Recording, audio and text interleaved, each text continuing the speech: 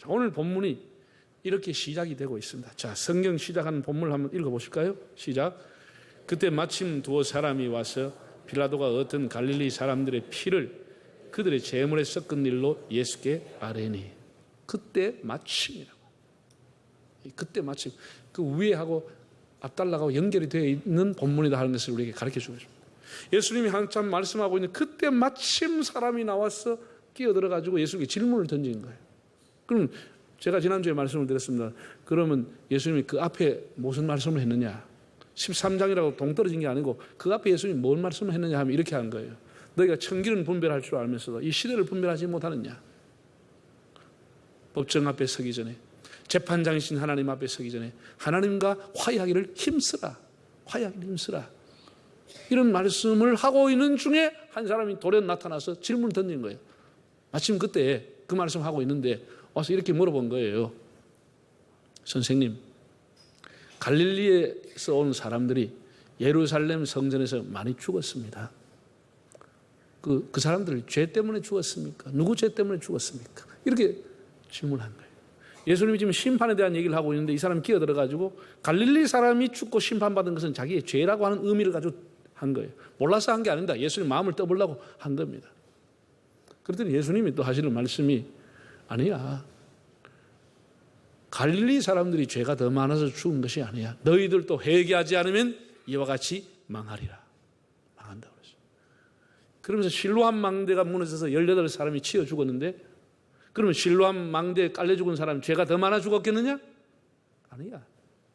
너희들도 회개하지 않으면 이와 같이 망하리라. 망한다고 하는 말을 두 번이나 예수님이 하신 겁니다.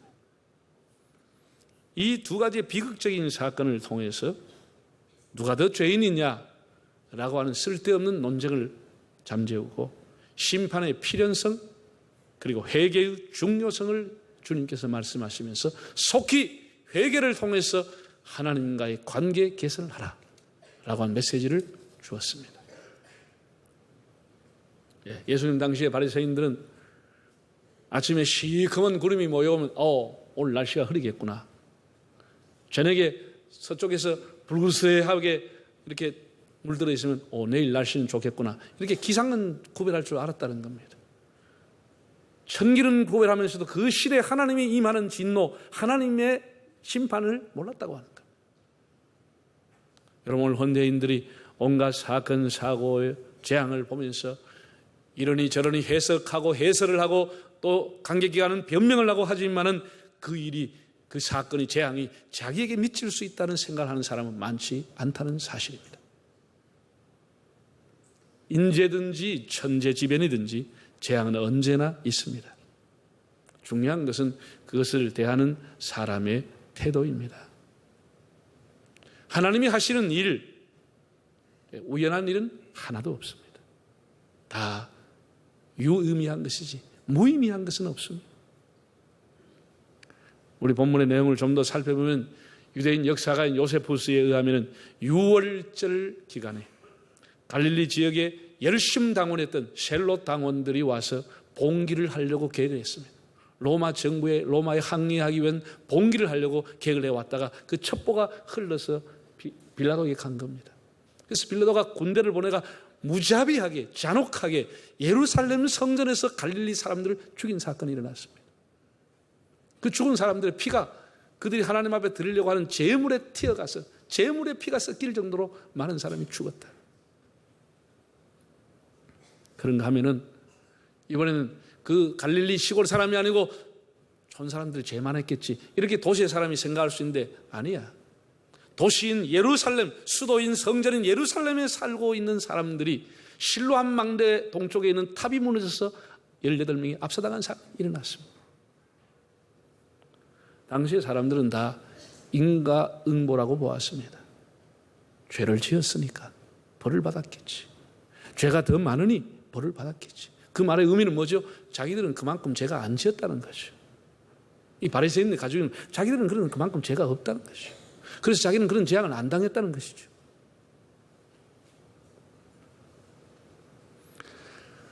예수님에게 태어나면서부터 시각장애인이 왔을 때 사람들이 수군거리며 이렇게 말했습니다. 저 사람은 자기 부모의 죄로 아니면 자기의 죄로 저렇게 됐냐? 다 이렇게 수군거렸습니다.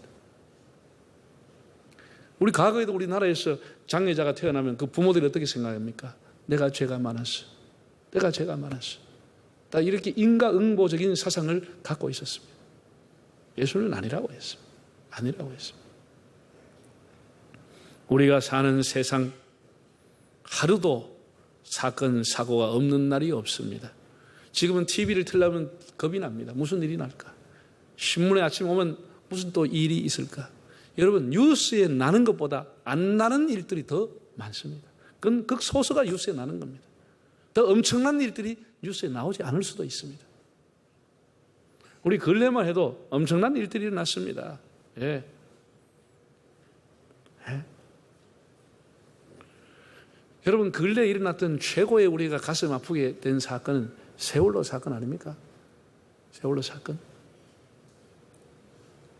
사람들 생각에 뭐 세월호가 벌써 세월이 흘러가서 2년 넘었는데 뭘 또 세월호냐 생각하지 모르지만 여러분, 이것은 과거형이 아니고 아직도 현재 진행형입니다. 거기에 빠져있는 배에 인양하지 못했습니다. 300명 이상 생태 같은 아이들이 죽었는데 1, 2년 만에 여러분 다 잊어버릴 수 있습니까? 정부에서 불성실하게 대하지요, 조사에. 사람들은 냉소하지요. 그 사람들 관심 주지 않죠.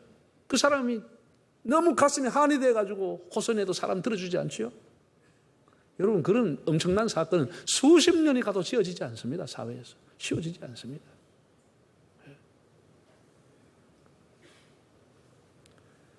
오늘 이 비극적인 사건을 보면서 두 가지의 교훈을 말씀을 드리려고 합니다. 하나는 한번 따라할까요? 개인화를 통한 회개. 우리 항상 인재가 일어나든 전제가 일어나든지 재앙은 나에게도 올 수 있다는 생각을 해야 돼요. 이 개인화라고 하는, 나에게도 올 수 있다. 온갖 사건을 보면서 나에게도 닥칠 수 있고 내 가정에서도 이런 문제가 올 수 있다고 하는 이 개인화, 나에게도 올 수 있다고 하는 거예요. 이런 자세가 중요합니다. 나하고 뭔 상관이 있나? 세월로 내하고 뭔 상관이 있나? 내가 배를 만들었냐? 내가 배의 선주냐? 내가 유병헌이라? 이렇게 하면 이 사회가 어떻게 되겠습니까? 어떻게 되겠습니까?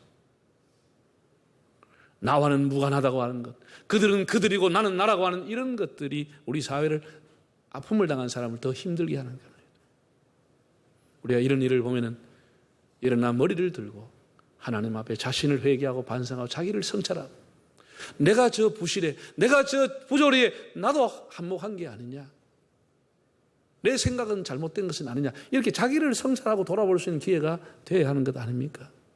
유병의 한 사람의 책임 다 돌리고, 종교는 아편이야, 잘못된 종교, 이단 종교에 빠지면 이렇게 되는 거야, 이렇게 가르쳐서 되겠습니까? 정부가 안전불가침, 안전대책은 정부가 다 책임져야지, 이렇게 한다고 하는 것은 굉장히 미성숙한 사회가 되는 겁니다. 세월호 사건이 일어나고 난 이후에 한참 지나서 대학교 교수들이 여러 대학의 성명을 발표했습니다. 거기 보면 이런 성명이 있습니다. 저희들이 보기에 이번 참사의 근본 원인은 물질적 탐욕에 젖은 나머지 생명의 가치를 내팽개친 황금 만능주의, 편법과 탈법의 관행을 암묵적으로 받아들여온 결과 중심주의에 있음을 고백하지 않을 수 없습니다. 세월호 참사는 우리 사회가 얼마나 삶과 생명에 대한 철학 및 성찰이 빈곤한 반인격적 사회인지를 여실히 증거하고 있습니다. 이렇게 성명서가 나옵니다. 물질적 탐욕, 생명의 가치를 내팽개친 황금 만능주의, 편법과 탈법의 관행, 결과 중심주의, 삶과 생명에 대한 철학 및 성찰이 빈곤한 사회. 이것이 대한민국 현주소 아닙니까? 이 사회적인 총체적인 문제. 물론 안전대책을 세우지 못하고 국민의 재산과 생명을 지키지 못한 정부가 일차적인 책임이 있죠. 그리고 해운선사의 책임이 있죠. 초기 대응이 미응했던 해양경찰의 무능함도 책임이 있죠. 선장과 승무원의 그 무책임함, 언론의 무지한 이게 문제, 해피아의 문제 얽히고 설켜 있었습니다. 그럼 우리 개인은 자유롭습니까? 아무 관계가 없습니까? 우리가 이런 것을 보면 우리 개인을 성찰하는 기회로 삼아야 합니다. 우리가 사람의 생명을 얼마나 존중해 왔는지, 물질 우선이 아니고 사람의 안전을 우선으로 해 왔는지, 이 관행이라는 이름으로 편법과 탈법이 없었는지, 지식인은 지식인으로, 기업인은 기업인으로, 공직자는 공직자로, 종교인은 종교인으로 자기 이름에 걸맞게 그렇게 살아왔는지 우리를 성찰하고 돌아보는 반성의 기회로 삼아야 하는 겁니다. 과연 물질이 행복의 첩경인가? 이렇게 물어보는 시간. 빠름과 발음이라는 책이 있습니다. 빠르다고 하는 것의 의미, 발음이라고 하는 것은 뭔가라고 하는 것을 우리가 본다고 하면 사회가 더 발전하겠죠. 우리가 어떤 일이든지 이 사건과 재앙을 통해 가지고 나를 성찰하고 무엇인가 자신을 바꾸려고 하고 이 사건이 나에게 주는 영향은 무엇인가라고 하는 것을 생각할 수 있다 하면 사회는 그만큼 더 성숙하게 되어가는 겁니다.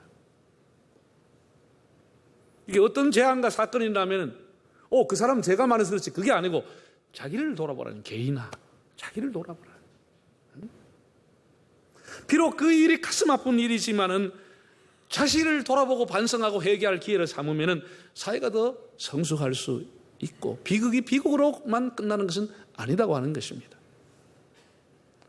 얼 그로머리라고 하는 사람이 이런 말을 했습니다. 사랑하는 사람이 갑자기 죽음으로 당신 곁을 떠났다는 것은 삶을 계속 이어가야 한다는 의무와 권리를 당신에게 위임한 것이나 마찬가지입니다. 삶을 진지하게 이어감으로 당신은 비로소 당신 곁을 떠난 사람에 대한 진정한 조의를 표하게 되는 겁니다. 굉장히 의미 있는 얘기를 했습니다. 갑자기 우리 곁을 사람이 재난을 망해서 떠났다. 그러면 그 사람이 더 살아야 할 것을 나에게 위임했다는 거예요. 내가 진지하게 살아감으로써 그것이 그 사람에 대한 조의라. 그냥 분노를 표현하는 것이 아니고 내가 더 성숙한 삶을 살아가는 것이 그 사람에 대한 조의와 경의를 표하게 되는 길이라는 겁니다. 예, 안타깝게 떠난 아까운 죽음들 우리가 추모하는 것도 해야 되겠지만 가장 좋은 추모의 방법은 그들이 못다한 삶까지 우리가 진지하고 성숙하게 살아가는 겁니다. 사건을 통해서 개인화하고 그것을 반성하고 성찰하고 회개할 수 있을 기회로 삼으라고 하는 것이 주님의 메시지입니다. 여러분, 위대한 사람은 그냥 위대하게 되는 게 아닙니다. 예. 우리가 성경에 보면 참 정말로 탁월한 사람들의 기도와 그들의 헌신과 행동이 나와 있는데 그 중에 느헤미야라고 하는 사람을 보면은 느헤미야는 선지자가 아닙니다. 예레미야는 선지자지만 느헤미야는 선지자가 아니죠. 느헤미야는 쉽게 말해 공직자입니다. 페르시아 왕의 최측근의 공직자였습니다. 예. 이 사람이 하나님 앞에 드린 기도가 나옵니다. 그는 예루살렘에서 태어난 사람이 아닙니다. 그러니까 예루살렘의 패망을 전혀 모르고 페르시아에서 태어난 귀한 포로 2세입니다. 2세. 페르시아에 태어난 사람. 자기 족을 한 번도 밟아본 적이 없는 사람.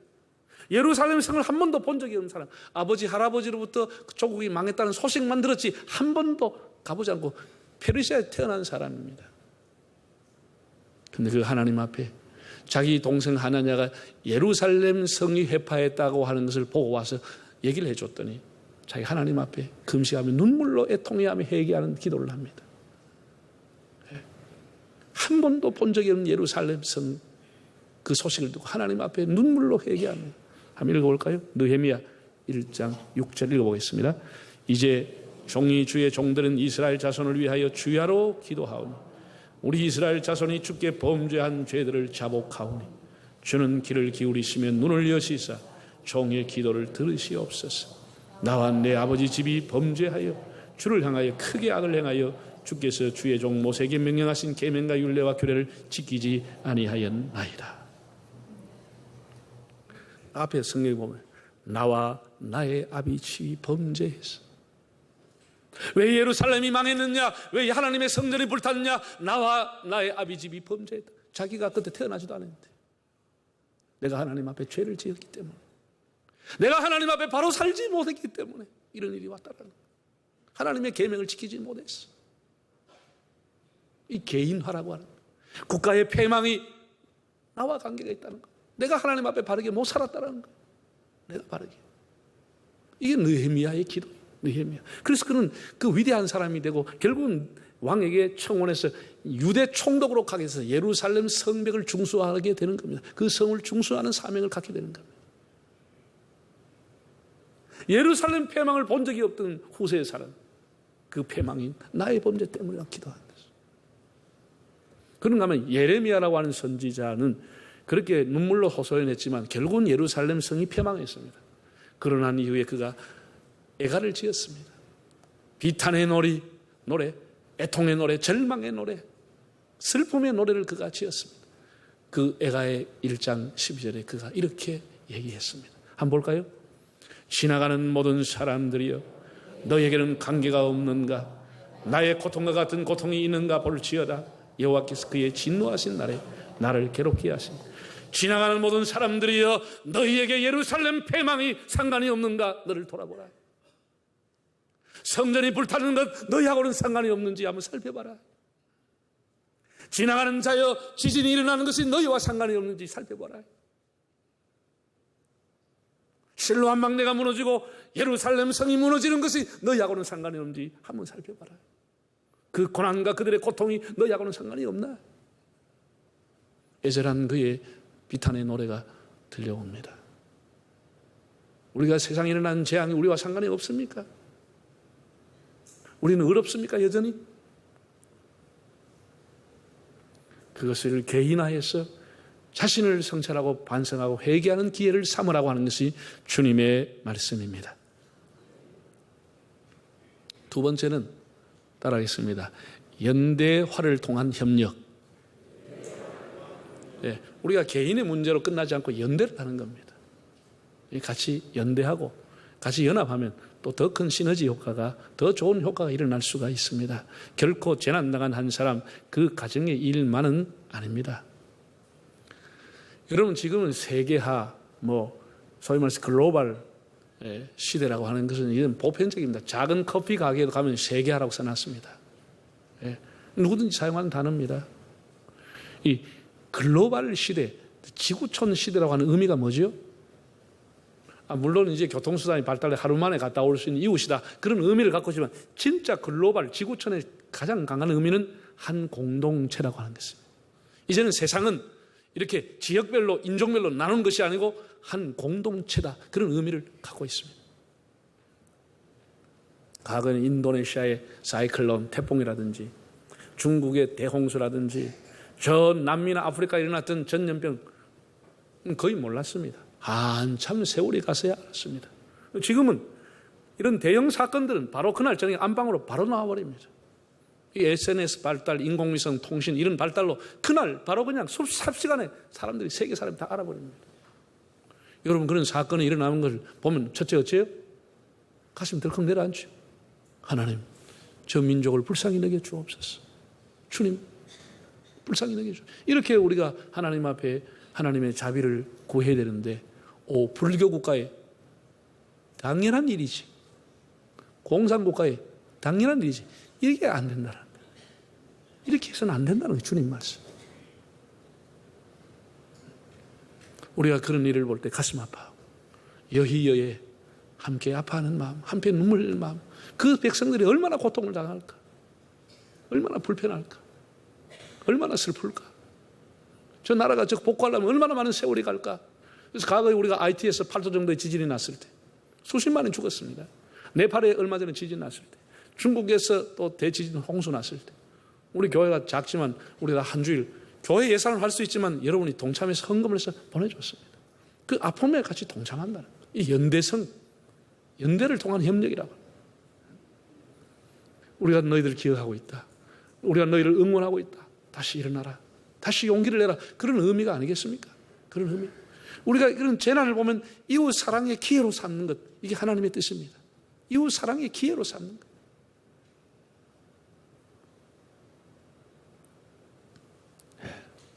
이게 지구촌이라고 하는 것은 이제는 한 마을이고 한 공동체입니다. 우리 언어가 달라고 문화가 달라도 그런 마음을 우리가 가지는 겁니다. 멀리 불구경하듯이 우리하고는 상관이 없이 지나가는 자야 이것이 너희와 관계가 없는지 상관이 없는지를 다시 한번 돌아보라. 그게 우리에게 일어날 수 있는 거예요. 여러분 탐스라고 하는 신발 회사를 알고 있는지요? 탐스라는 신발을 신고 있는지 모르겠습니다. 그 회사에서 나오는. 이 신발 회사를 창업한 사람은 미국의 블레이크 아이코스키라고 하는 사람입니다. 아이코스키. 이 사람 명함에 CEO라고 하는 걸 가지고 있지 않고 CSG, Cheap Shoes Giver, 신발을 기부하는 사람이다. 그런 의미의 그 명함을 갖고 있습니다. 우리가 이 젊은 애들 젊을수록 세계 여행을 보내야 됩니다. 유대인들이 왜 세계에서 뛰어나냐? 유대인들은 13살이 되면 성인식을 치러줍니다. 성인식은 굉장히 크게 합니다. 부모님, 할아버지, 할머니뿐 아니라 막 그냥 이웃들, 친척, 조카, 이모들 다 와가지고 그때 결혼한 것처럼 축하금을 줍니다. 100불씩, 200불씩 다 축하금을 줍니다. 그 돈 가지고 그 부모님 뭘 만들어주냐? 한 달 동안 세계 여행할 수 있는 티켓을 끊어줍니다. 그래서 13살, 14살 아이들이 혼자 배낭 메고 혼자 여행 갑니다. 혼자. 여러분 지금 13살 애들 혼자 여행 가라고 주면 서울역 갔다 그냥 돌아옵니다. 아무것도 못하고 돌아옵니다. 티켓 하나 못 끊고 돌아옵니다. 그냥 주고 줘버리는 거예요. 세계 가면 어릴 때일수록, 젊을 때일수록, 한 살 어릴 때일수록 세계를 보고 오면 인생의 비전이 바뀌어지고 철학이 바뀌어지고 그 삶이 바뀌어지는 거예요. 그 사람이 생각하는 것이 완전히 달라지는 거예요. 나이가 많을수록 갔다 오면 구경만 하고 오는 거예요. 구경만 하고 오는 거예요. 구경만 하고. 젊을 때 가면 인생이 바뀌어지고 비전이 바뀌어지는 거예요. 이 아이스코키라고 하는 사람이 젊을 때 아르헨티나를 여행을 한 거예요. 여행을 해가지고 두 가지를 보고 온 거예요. 두 가지를.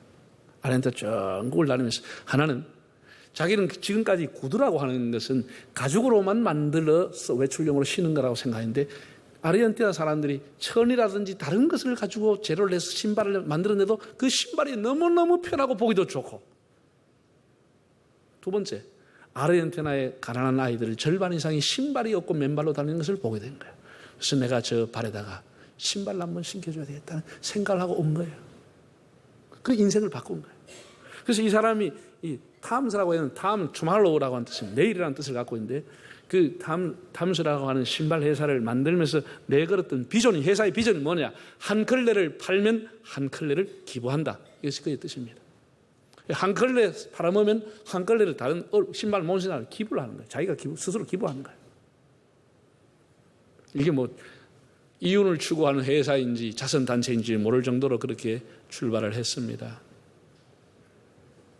이윤 추구가 아니고 기부가 목적인 것처럼 시작을 했습니다. 그러면 장사가 안 될 것 같지요.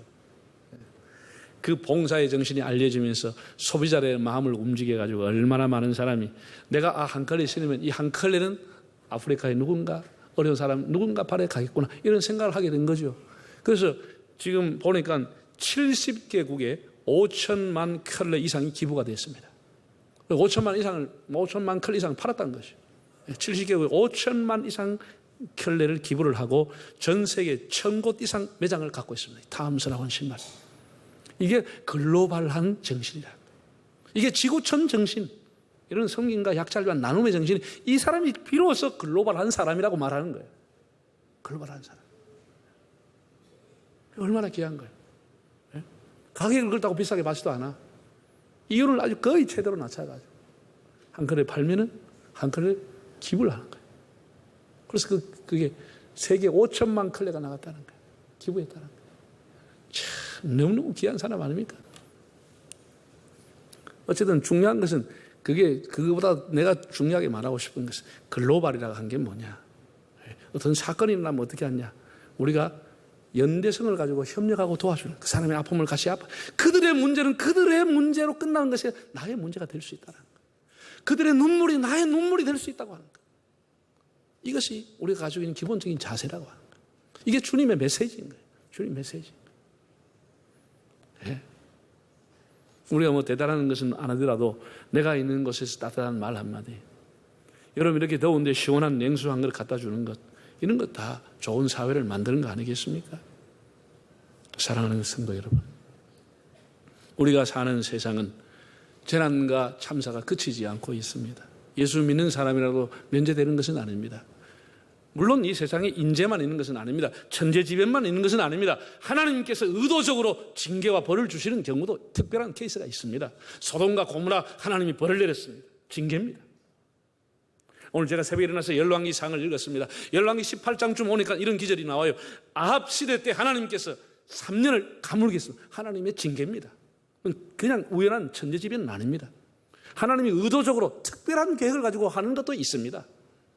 그러나 일반적으로 일어난 이 일들에 대해서 우리가 함부로 하나님의 벌이니 징계니 그렇게 말하기 참 어렵습니다. 오히려 그런 징계를 보면서 살아있는 나에게 대해서 하나님 앞에 감사해야 되죠. 나는 죄가 더 많은데 내가 살아있으니까. 그렇게 생각 안 드십니까? 나는 살아있는데 나는 죄가 더 많은데.